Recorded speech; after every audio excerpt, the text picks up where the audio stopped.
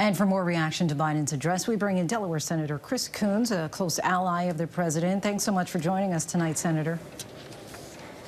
Thank you, Lindsey. Great to be on with you. So you know the president very well. Anything that he said tonight surprise you? Frankly, I was not surprised at the forcefulness, the clarity of the beginning portion of the speech, where he spoke to the courage of the Ukrainian people, reminded the American people that our future, our destiny as a democracy is intertwined with freedom around the world, and the importance of our commitment to defend our NATO allies.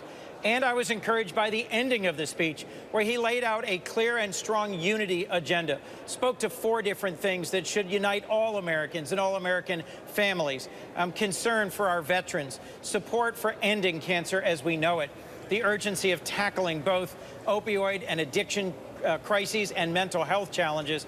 But through much of the middle of the speech, I think he laid out in a number of important ways the things he wants us to take up, pass, and send to his desk. In some cases, I think we will, and in other cases, it'll remain a challenge. More than anything, I thought the optimistic tone that President Biden struck tonight was one of the things that will stay with me, and I hope will uplift and engage the American people.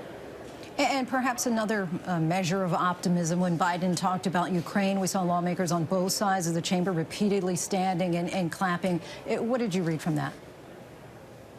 Well, Lindsey, I'm frankly a little hoarse from cheering.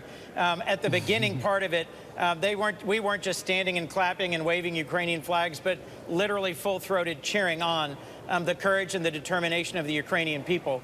I'm working on the Appropriations Committee with my colleagues to make sure that we provide literally billions of dollars in additional assistance, as our president requested, both military assistance to sustain the Ukrainians' fight against Russia and Russia's aggression, and humanitarian assistance for the many, many refugees pouring out of Ukraine into Eastern Europe.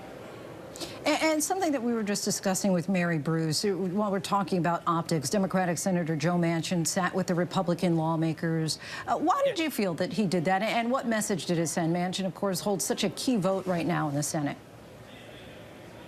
Well, Lindsey, at different points over the 12 years that I've been here, Joe Manchin and I were sworn in the same day.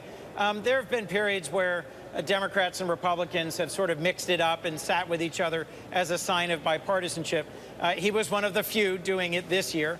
And yes, I was closely watching when he stood and applauded. And he applauded a number of vital elements in President Biden's plan for going forward.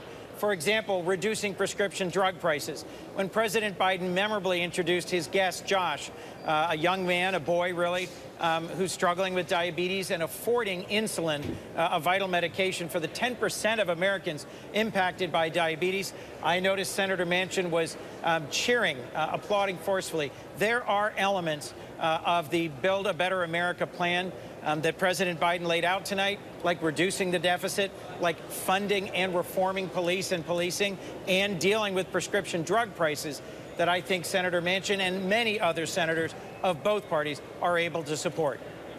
Some segments of it just not calling it Build Back Better at this point. And you also got a special shout out tonight when the president mentioned Delaware as the land of corporate America, where you both got elected, even while supporting higher corporate taxes. I am curious, though, if you think that Biden would be able to get enough support to actually change the corporate tax rate, which President Trump and the Republicans lowered. Well, frankly, that is something that is overwhelmingly popular with the American people, is tax fairness, making sure that some of the largest and most prosperous American companies pay their fair share of taxes. So, you know, frankly, are Republicans going to embrace raising the minimum corporate tax rate? Probably not.